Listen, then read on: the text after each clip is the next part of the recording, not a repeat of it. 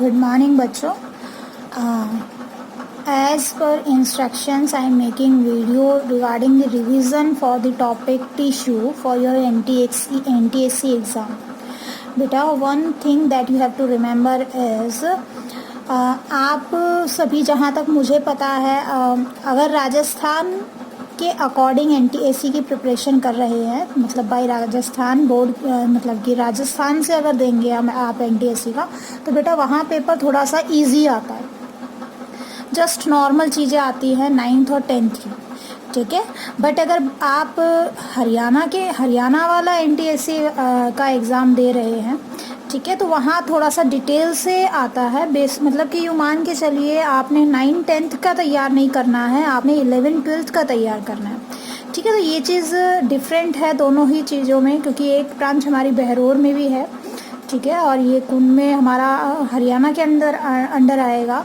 तो ऑब्वियसली चीज़ों में आपको फ़र्क मिलेगा, ठीक है ना, क्योंकि काफ़ी बच्चे ऐसे हैं जिन्होंने वहाँ से भी पढ़ा है, तो वो चीज़ आपको बता दी जाएगी किस हिसाब से प्रिपेयर करना है. बट बेटर ये है कि हम थोड़ा डिटेल से ही पढ़ें, ठीक है. I will try my best. फिर भी अगर किसी बच्चे को कहीं पे भी कोई प्रॉब्लम आए तो बेटा प्लीज़ आस्क मी, ठीक है. आज की वीडियो मैं आपको डायरेक्ट नोट्स से बना रही हूँ, ठीक है ना. मैंने बाय मिस्टेक जो है लेट देखा, आपका जो शेड्यूल था उसमें बाय मिस्टेक मैंने वेडनेसडे देख लिया था, ठीक है. तो इतना टाइम नहीं था मेरे पास, तो today I am making on the pages. Next time से आपको बोर्ड पे ही मिलेंगी सारी चीज़ें, ठीक है. तो देखिए टिश्यू जहाँ तक बात है, टिश्यू किसे कहेंगे? ऐसे सेल्स का ग्रुप जो देखने में सिमिलर भी हो सकते हैं या डिससिमिलर भी हो सकते हैं. उनकी जो शेप है वो एक जैसी भी हो सकती है और एक जैसी नहीं भी हो सकती. ज़रूरी नहीं है कि एक जैसी हो, ठीक है. लेकिन इम्पॉर्टेंट चीज़ क्या है? They should be common in origin, ठीक है, और बेसिकली परफॉर्म कॉमन फंक्शन. यानी कि group of cells which are similar और डिससिमिलर इन शेप, ठीक है. शेप उनकी एक जैसी भी हो सकती है उस पूरे के पूरे ग्रुप में सभी सेल्स की, और हो सकता है कि वो अलग अलग हो, लेकिन वो क्या बनाएगा? वो कॉमन ओरिजिन होगा उनका, ठीक, और कॉमन फंक्शन परफॉर्म करेगा. क्लियर, ठीक है. मतलब उनकी मदर सेल सेम होगी, सभी एक ही टाइप की सेल से ओरिजिनेट करेंगे और सभी मिलकर एक ही काम करेंगे, मतलब एक जैसा काम करेंगे. क्लियर, ठीक है. अब जो टर्म टिश्यू थी दैट वाज गिवन बाय नेरिन में ग्रू, ठीक है, नेरी में ग्रो, ठीक है ना. अब देखो टिश्यू जो है that is divided into 2 different groups by Karl Nageli, ठीक है. नगेली ने इसको 2 ग्रुप्स में डिवाइड किया था on the basis of capacity of division के बेस पे. कैसे? देखो, एक तो होते हैं मेरिस्टेमेटिक टिश्यू, एक होते हैं परमानेंट टिश्यू, ठीक है. तो मेरिस्टेमेटिक टिश्यू और परमानेंट टिश्यू ये किस बेस पे है? On the basis of capability of division. Clear. अब मेरिस्टेमेटिक का मतलब क्या होता है? मेरिस्टेमेटिक का मतलब होता है वो सेल जिनका काम सिर्फ और सिर्फ डिवाइड करना है, ठीक है. जैसे ही सेल डिवाइड करके नई सेल बनी वो मेरिस्टेमेटिक है, और डिवाइड करते ही, ठीक है, डिवाइड करते ही जब उसमें मैच्योरिटी आनी स्टार्ट हो जाए, वो एक परफेक्ट फंक्शन परफॉर्म करना स्टार्ट कर दे, तो वो क्या बन जाती है? परमानेंट, ठीक है. तो मेरिस्टेमेटिक टिश्यूज़ वो टिश्यूज़ होते हैं जो बेसिकली सिर्फ और सिर्फ डिवाइड करते हैं और इमेच्योर होते हैं. दे आर अनडिफरेंशिएटेड सेल्स, मतलब उनका कोई फंक्शन डिफाइन नहीं होता, वो सिर्फ और सिर्फ they are just going dividing and dividing and dividing and nothing more than that, ठीक है. लेकिन जो परमानेंट टिश्यूज़ होते हैं वो क्या होते हैं? वो फुल्ली मैच्योर टिश्यू हो जाते हैं. मतलब कि जैसे ही नई सेल डिवाइड हुई तो अब धीरे धीरे बाकी सेल्स तो डिवाइड करती रहेगी, जो पीछे बच गई वो अपने आप को क्या करेंगी? मैच्योर कर देंगी, ठीक है ना. और मैच्योर होंगी तो ऑब्वियसली क्या है? वो अब एक परमानेंट फंक्शन, कोई अलग सा फंक्शन परफॉर्म करना स्टार्ट कर देंगी. They will attain a specific function, become differentiated, ठीक है. उसको क्या कहेंगे हम? परमानेंट टिश्यू कहेंगे, ठीक है. आगे बात समझ में? तो देखो, दे टेम्परली और permanently lose the ability to divide and composed of mature cells, ठीक है. इनमें बेसिकली मैच्योर सेल्स होता है. अब देखो एक टर्म आती है मेरिस्टम, क्योंकि मेरिस्टेमेटिक टिश्यू की जो टर्म है वो मेरिस्टम टर्म से आई है, ठीक है। तो मेरिस्टम का मतलब क्या होता है, वो पर्टिकुलर जगह प्लांट में, वो पर्टिकुलर जगह जहाँ पे सेल एक्टिवली डिवाइड करते हैं, ठीक है, जहाँ पे लगातार डिवीज़न चलता है, उसको क्या बोलते हैं हम, मेरिस्टम बोलते हैं, ठीक है। तो specialised region where active cell division occurs, here actual cell division occurs, basically यहीं पे सेल डिवीज़न होता है। बाकी प्लांट्स में आपको किसी हिस्से में कहीं पे डिवीज़न नहीं दिखाई देगा, ठीक है। ये प्लांट का वो हिस्सा है जहाँ पे एक्चुअल में सेल डिवाइड करते हैं और अपना नंबर बढ़ाते हैं, ठीक है। अब जो मेरिस्टेमेटिक टिश्यू टर्म है that is adjective of meristem, ठीक है। जो टर्म मेरिस्टम है that was given by Nageli, और जो मेरिस्टम है that was derived from the word meristos, ठीक है, जिसका मतलब होता है डिवाइडेड या डिविजिबल। ये सब चीज़ें आपसे नहीं पूछी जाएंगी, आपको मेरिस्टम का पता होना चाहिए। नेक्स्ट जो इम्पॉर्टेंट है that is characteristic of meristematic tissue, ठीक है। यहाँ से बेटा 2016 में भी क्वेश्चन आया है, हरियाणा में एनटीएससी का जो एग्ज़ाम हुआ था उसमें जो फर्स्ट एग्ज़ाम होता है आपका, वहाँ यहाँ पे क्वेश्चन आया था। यहाँ से 4 ऑप्शंस थे और लिखा था which of the following is not the characteristic of meristematic tissue, ठीक है। तो किसी भी तरीके से क्वेश्चन आ सकता है। तो देखो मेरिस्टेमेटिक टिश्यू के अंदर क्या देखना है आपने, सबसे पहले अनडिफरेंशिएटेड टिश्यूज़ होते हैं। दूसरी चीज़ जो सेल साइकिल है मेरिस्टेमेटिक टिश्यू की, ठीक है ना, वो कंटिन्यूस स्टेट में होती है, वो लगातार डिवाइड करते हैं और इमेच्योर सेल होते हैं, ठीक है। Have only primary cell wall which is thin and flexible, बहुत ज़्यादा इंपॉर्टेंट करेक्टर है। यहाँ पे क्या होगा, इनमें क्या मिलता है, सिर्फ और सिर्फ प्राइमरी सेल वॉल मिलती है, सेकेंडरी सेल वॉल डेवलप नहीं होगी, ठीक है, क्योंकि वो सिर्फ डिवाइड कर रहे हैं। जैसे ही सेकेंडरी सेल वॉल बनना स्टार्ट हो जाए यानी अब वो टिश्यूज़ के सेल क्या हो रहे हैं, मैच्योर हो रहे हैं, तो अब वो मेरिस्टम की कैटेगरी में नहीं आएंगे। मेरिस्टम जब तक है तब तक उसमें प्राइमरी सेल वॉल रहेगी, और जो सेल वॉल है that is made up of cellulose, ठीक है, कोई भी डिपोजिशन नहीं मिलेगी आपको सेल वॉल के अंदर, ठीक है ना। और secondary wall is absent, secondary cell wall अभी बताया आपको एब्सेंट होता है। नेक्स्ट जो सेल हैं वो आइसोडायमेट्रिक होते हैं, मतलब कि उनकी जो शेप है वो लगभग एक जैसी होती है, और साइटोप्लाज्म बहुत ज़्यादा अमाउंट में होता है, और सेल का जो साइज है कंपैरेटिवली बाकी सेल से क्या होगा, छोटा होता है। तो स्मॉल साइज सेल्स रहेंगे एंड जनरली आइसोडायमेट्रिक रहेगा विद डेंस साइटोप्लाज्म, ठीक है। इसके अलावा प्लाज्मोडेस्मेटल कनेक्शंस बहुत ज़्यादा अबंडेंट अमाउंट में रहेंगे, ठीक है। अगर आपको डाउट है प्लाज्मोडेस्मेटा क्या होता है, प्लाज्मोडेस्टा जस्ट क्या होते हैं, साइटोप्लाज्मिक ब्रिज होते हैं प्लांट सेल्स के बीच में, ठीक है। प्लाज्मोडेस्मेटा आर जो है इंटरसेलुलर ब्रिजेस होते हैं, साइटोप्लाज्मिक ब्रिजेस, क्लियर। नेक्स्ट और क्या मिलेगा आपको, सिंपल पिट्स मिलेंगे, ठीक है, और न्यूक्लियस भी क्या मिलेगा, प्रोमिनेंट और लार्ज मिलेगा, बड़ा मिलेगा, ठीक है। इसके अलावा जो है वैक्यूल्स यहाँ पे एब्सेंट रहते हैं, क्योंकि वैक्यूल्स का काम क्या होता है, फूड को स्टोर करना। देखो मेरिस्टेमेटिक टिश्यू किसी चीज़ के लिए स्टोरेज का कोई काम नहीं है, क्योंकि वो तो क्या है, जस्ट डिवाइड करते हैं, फिर डिवाइड करते हैं और फिर डिवाइड, मतलब कि डिवीज़न ही करते जा रहे हैं, तो उनको किसी चीज़ की स्टोरेज की ज़रूरत नहीं है, they are just utilising everything, ठीक है। तो वैक्यूल्स जनरली यहाँ पे एब्सेंट होते हैं, ठीक है। These cells are metabolically highly active, बहुत ज़्यादा एक्टिवली वर्क करते हैं, क्योंकि इनका surface area to volume ratio काफ़ी ज़्यादा हाई होता है, ठीक है। और रिजर्व फूड यहाँ पे मतलब कि जितना ज़्यादा मेटाबॉलिकली एक्टिव सेल होता है उसमें फूड स्टोरेज उतना ही कम मिलता है। प्लास्टिड्स यहाँ पे एब्सेंट रहेंगे, ठीक है। और अगर बाई चांस प्रेजेंट भी हैं प्रोप्लास्टिडियल स्टेज पे, प्रेजेंट भी हैं तो प्रोप्लास्टिडियल स्टेज पे रहेंगे, जनरली एब्सेंट रहते हैं, ठीक है ना। और कभी कभी कलरलेस प्लास्टिड हो सकता है यहाँ मिल्स के। Now the important thing, intercellular spaces are absent. Meristematic tissue में कभी भी आपको क्या नहीं मिलेगा, कोई भी इंटरसेलुलर स्पेस नहीं मिलेंगे, ठीक है। तो they are very compactly arranged, ठीक है। एर्गेस्टिक सब्सटेंस यानी कि नॉन लिविंग सब्सटेंस भी मेरिस्टेमेटिक टिश्यू में आपको नहीं मिलेंगे। आगे बात समझ में, ठीक है। तो इस तरीके से आपने करना है कैरेक्टरिस्टिक्स ऑफ मेरिस्टेमेटिक टिश्यू। अब देखो बेटा, क्लासिफिकेशन ऑफ मेरिस्टेमेटिक टिश्यू की जहाँ तक बात है, ठीक है, तो हमने कई तरीके से इसका डिवीज़न किया है। अच्छे से समझने की कोशिश करना, थोड़ा सा हाई लेवल का है बट आई थिंक आपको समझ में आ जाएगा। देखो अगर हम बात करें ओरिजिन की या डेवलपमेंट की, इसके बेस पे हमने मेरिस्टेमेटिक टिश्यू को 3 हिस्सों में डिवाइड किया, promeristem, primary meristem and secondary meristem, ठीक है। Promeristem, primary meristem and secondary meristem.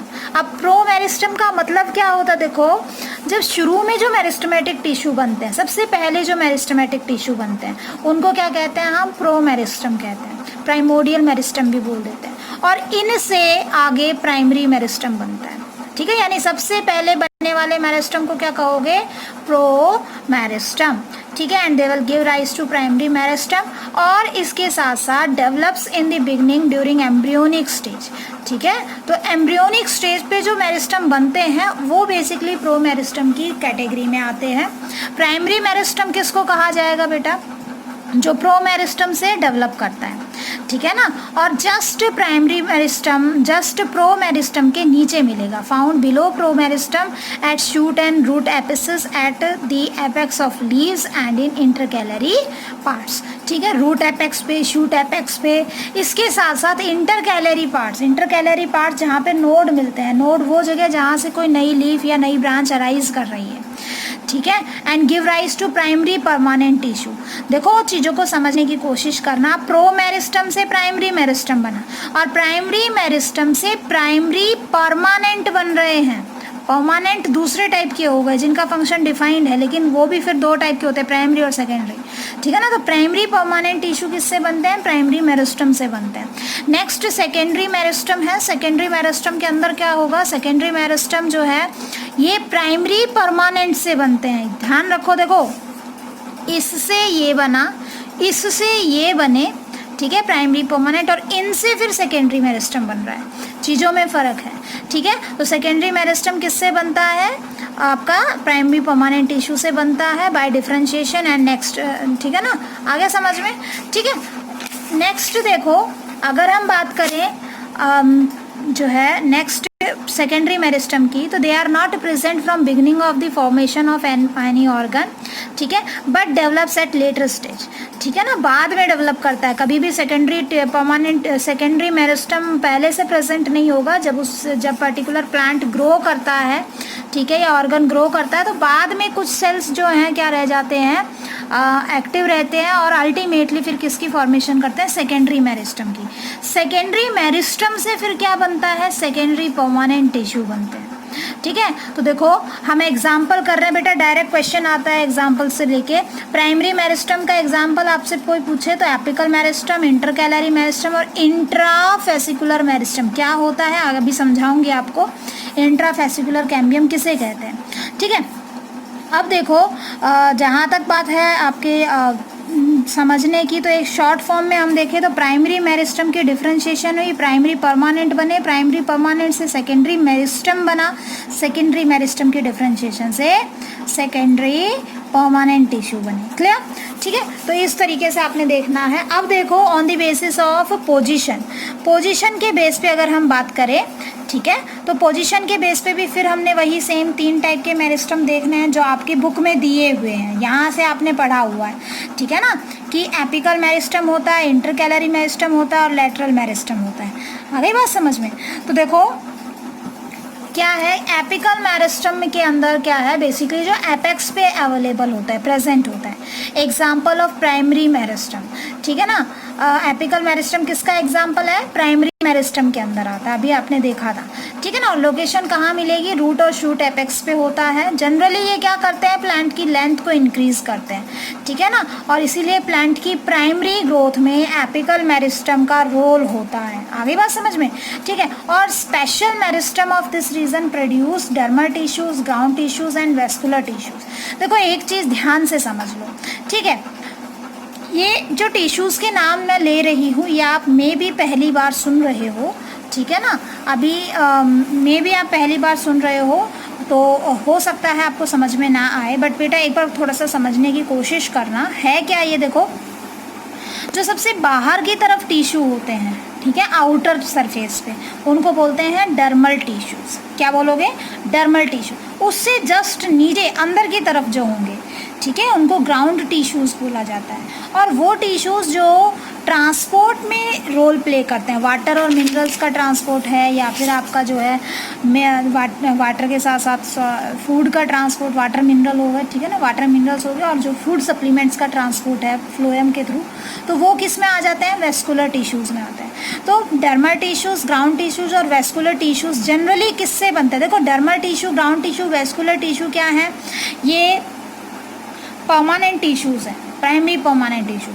लेकिन ये किससे बन रहे हैं? ये एपिकल मेरिस्टम से बनते हैं, ठीक है। तो आपने याद रखना है ये टिश्यू किससे बनते हैं, ठीक। अब बात करते हैं इंटरकैलरी टिश्यूज़ की। तो इंटरकैलरी टिश्यूज़ बेटा, this is an example of primary meristem, वही सेम है, ठीक है। और कहाँ पे होते हैं? Intercalated between permanent tissues. मतलब क्या है, देखो कई बार क्या होता है, सेल डिवाइड कर रहा है, और डिवाइड करते करते क्या हो जाता है, डिवाइड करते करते क्या हो जाता है बेटा, यहाँ पे कुछ सेल ऐसे होते हैं जो पीछे बच जाते हैं, ठीक है ना। उन्हीं सेल्स को हम क्या बोलते हैं, वही फिर बाद में जब साइड से ग्रो करते हैं तो उसको हम क्या बोलते हैं, इंटरकैलरी मेरिस्टेमेटिक टिश्यू बोलते हैं। एक बार बाय डायग्राम इसको देख लो आप, ठीक है।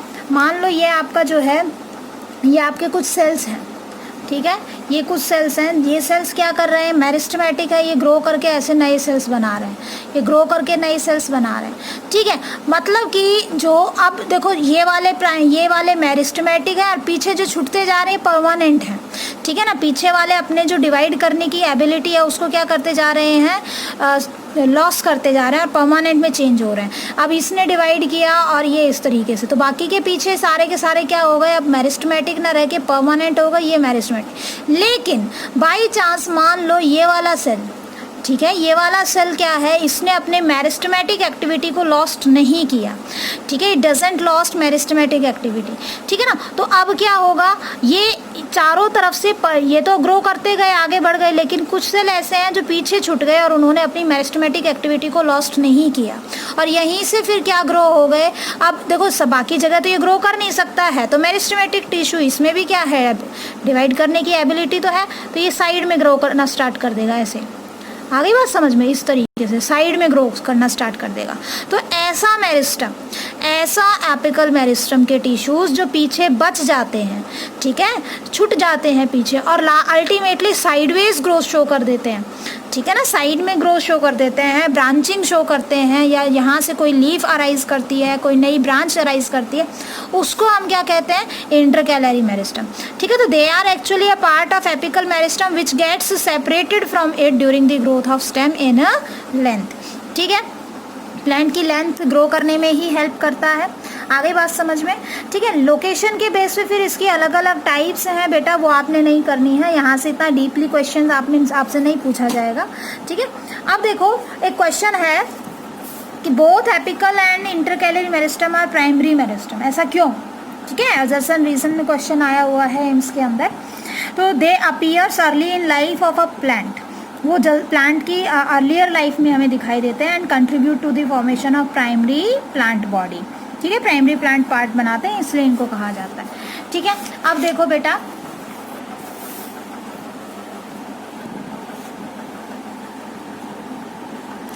अगर आपसे कोई पूछ ले कि लीव्स की लेंथ क्यों बढ़ती है, ठीक है ना, तो वही मेरिस्टेमेटिक एक्टिविटी की वजह से क्या बढ़ती है, लीफ की लेंथ बढ़ती है।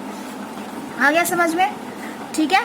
अब देखो नेक्स्ट है लेटरल मेरिस्टम, ठीक है। लेटरल मेरिस्टम किसको कहा जाता है बेटा, देखो लेटरल वर्ड का मतलब होता है साइडवेज, साइड में, तो जो प्लांट्स के साइडवेज पार्ट में प्रेजेंट उनको क्या कहते हैं, लेटरल मेरिस्टम कहते हैं, ठीक है। जो बेसिकली क्या करते हैं, टेंजेंशियल प्लेन में डिवाइड करते हैं और सेकेंडरी परमानेंट टिश्यूज़ की डेवलपमेंट करते हैं। तो ध्यान रखना, सेकेंडरी परमानेंट किससे बन रहा था, सेकेंडरी परमानेंट किससे बन रहा था बेटा, आपने अभी अभी देखा था, जो आपके प्राइमरी परमानेंट टिश्यूज़ थे, ठीक है। यहाँ पे अभी आपने देखा था कि जो सेकेंडरी परमानेंट टिश्यू है वो सेकेंडरी मेरिस्टम से बन रहा था, और सेकेंडरी मेरिस्टम किससे बन रहा था, सेकेंडरी प्राइमरी परमानेंट से बन रहा था। तो आपसे कोई पूछ ले कि लेटरल मेरिस्टम किससे बनता है, ठीक है ना, तो lateral meristem secondary meristematic tissue से बनता है और ये किसको बनाता है, सेकेंडरी परमानेंट टिश्यू को बनाता है, ठीक है ना। और जनरली ये प्लांट की गिर्थ को इंक्रीज करता है, ठीक है। इसके साथ साथ देखो जितने भी जो सेकेंडरी मेरिस्टम होते हैं वो सारे के सारे लेटरल मेरिस्टम होते हैं, ठीक है। आगे बात समझ में। अब देखो एग्जाम्पल की जहाँ तक बात है, इंट्राफेसिकुलर कैम्बियम, इंटरफेसिकुलर कैम्बियम और कॉर्क कैम्बियम। अब ये कैम्बियम क्या होता है इसको मैं आगे डिस्कस करती हूँ थोड़ी देर में, तब आपको समझ में आएगा, ठीक है। एक और डिवीज़न किया हमने फंक्शन के बेस पे, ठीक है। ये हैबरलैंडेड का है। इसमें इन्होंने क्या बताया, इन्होंने बताया कि जो मेरिस्टम है, जो फंक्शन है, फंक्शन के बेस पे हम जो मेरिस्टेमेटिक टिश्यू हैं उनको 3 हिस्सों में डिवाइड कर सकते हैं, protoderm, procambium and ground meristem, ठीक है। इतना डीपली बहुत ही रेयर पूछा जाता है, ठीक है, बट आ जाए तो आप आंसर कर सकते हो। प्रोटोडर्म जो होता है that is outer most meristematic cells. Protoderm मतलब सबसे बाहर की तरफ, वो सिर्फ और सिर्फ, जैसे अभी आप थोड़ी देर पहले पढ़ रहे थे कि जो आपका एपिकल मेरिस्टम है वो डर्मल लेयर ही बनाएगा, है ना। देखो ये सब चीज़ें धीरे धीरे समझोगे तो मे भी शायद समझ में आ जाए। अभी मैं सिर्फ रिवीजन करवा रही हूँ, जब इसको कंप्लीट पढ़ाया जाता है तो अच्छे से आ जाता है। देखो प्रोटोडर्म का मतलब होता है जो जनरली क्या बना रहा है, बाहर की लेयर बना रहा है, ठीक है ना। तो जो बाहर वाले सरफेस के जो सेल्स हैं वो क्या बनाते हैं, एपिडर्मल टिश्यू सिस्टम बनाते हैं, जिसमें एपिडर्मिस आती है, स्टोमेटा आ जाते हैं, स्टेम हेयर्स आते हैं, ठीक है ना। तो उनको हम क्या बोलते हैं, इस टाइप के पर्टिकुलर सिस्टम को हम क्या इस टाइप के मेरिस्टम को क्या बोलते हैं, प्रोटोडर्म बोलते हैं, ठीक है। इसके अलावा देखो बेटा प्रोकैम्बियम यानी कि जो अल्टीमेटली कैम्बियम की फॉर्मेशन, मतलब जिससे अल्टीमेटली कैम्बियम बनेगा, तो इनर मोस्ट मेरिस्टेमेटिक सेल्स होते हैं जो इलोंगेटेड सेल्स होते हैं। जनरली ये क्या बनाते हैं, प्राइमरी जाइलम बनाते हैं और प्राइमरी फ्लोएम बनाते हैं, प्लस कैम्बियम की फॉर्मेशन करते हैं, ठीक है। इनसे क्या बनता है, वेस्कुलर टिश्यू सिस्टम बनता है, ठीक है। ग्राउंड मेरिस्टम की जहाँ तक बात है, ग्राउंड टिश्यूज मैंने आपको बताए थे कि एपिडर्मिस के बाद से लेके अंदर तक जितने भी टिश्यू हैं, ठीक है ना, जो स्ट्रक्चरल रोल प्ले कर रहे हैं उनको क्या कहते हैं, ग्राउंड मेरिस्टम कहते हैं। तो generally cells are thin and meristematic and form the ground tissue system, ठीक है। इसमें आपकी हाइपोडर्मिस आ जाती है, general cortex, endodermis, pith rays. अभी समझाऊंगी बाय डायग्राम ये क्या होते हैं, ठीक है ना।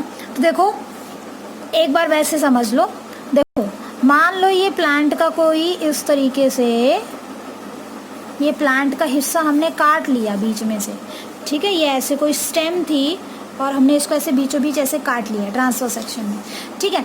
अब क्या है, हमने यहाँ पे इस तरीके से देखो जो आउटर मोस्ट पेरिफ्री पे जो सेल्स होंगे, सबसे बाहर की तरफ जो सेल्स होते हैं, ठीक है, उनको क्या कहा जाता है, उनको बोला जाता है एपिडर्मल सेल्स। क्या बोलते हैं, एपिडर्मल सेल्स। आ रही बात समझ में, ठीक है ना।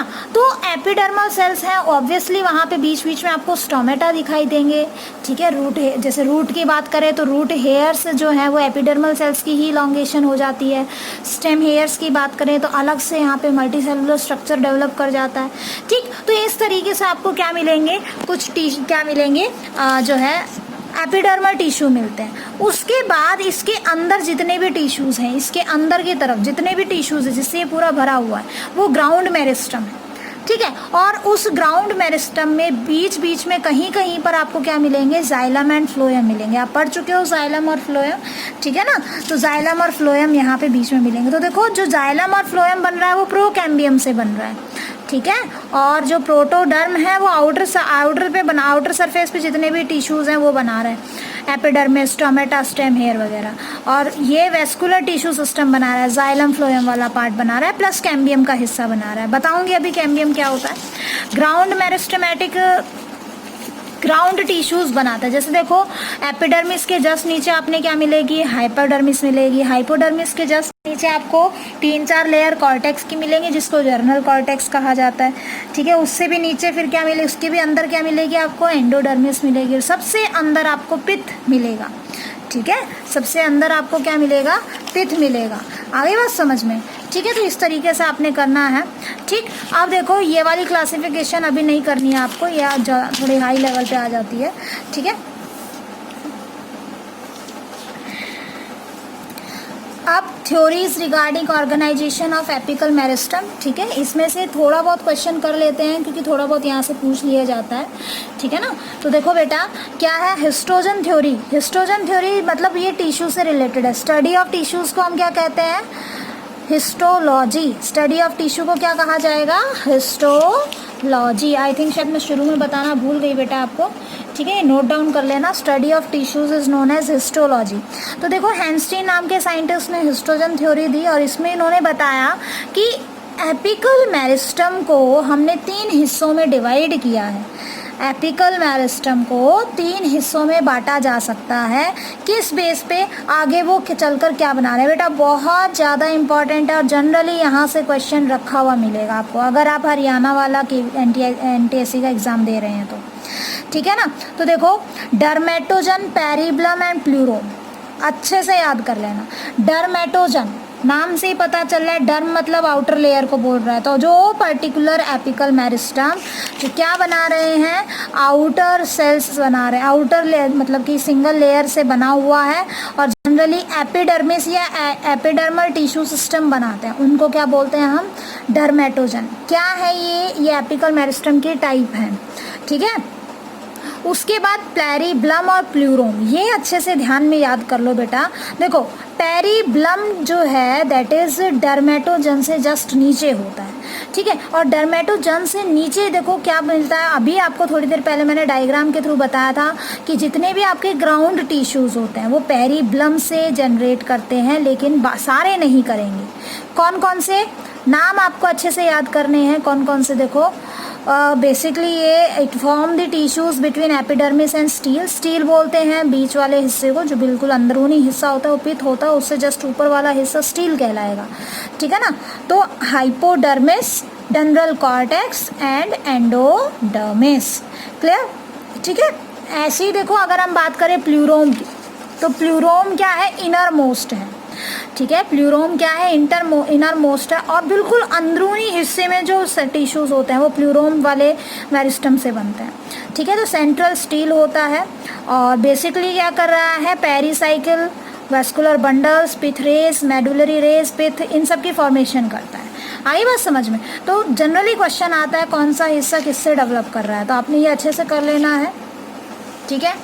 आप देखो क्या होता है, मोनोकोट प्लांट जो होते हैं जिनके अंदर एक ही कॉटिलेडन होता है, ठीक है ना, उनमें क्या होता है बेटा, देखो 3 हिस्टोजन की बजाय 4 हिस्टोजन मिलते हैं। मतलब मोनोकोट्स रूट के अंदर जो एपिकल मेरिस्टम होता है वहाँ पे 3 टिश्यूज की बजाय 4 टिश्यूज होते हैं। 3 तो क्या हो गए, डर्मेटोजन, पेरिब्लम और प्लूरोम। एक होता है कैलिप्ट्रोजन, ठीक है, जिससे क्या बनता है, root cap is produced by calyptrogen in monocot, ठीक है ना। ध्यान रखना जो रूट्स होते हैं वहाँ पे जो ग्रोथ, बिल्कुल जो ग्रोथ होती है, मेरिस्टेमेटिक टिश्यू जो है टिप पे नहीं मिलेंगे, टिप पे एक और टिश्यू आपको मिलता है, रूट कैप मिलता है, ठीक है ना, ताकि इंजरी से वो प्रोटेक्ट करिए, क्योंकि सॉइल के अंदर उसको पायर्स करना है तो सॉइल बहुत ज़्यादा हार्ड स्ट्रक्चर है, तो टिश्यू डैमेज ना हो जाए, तो प्रोटेक्शन के लिए रूट कैप होती है।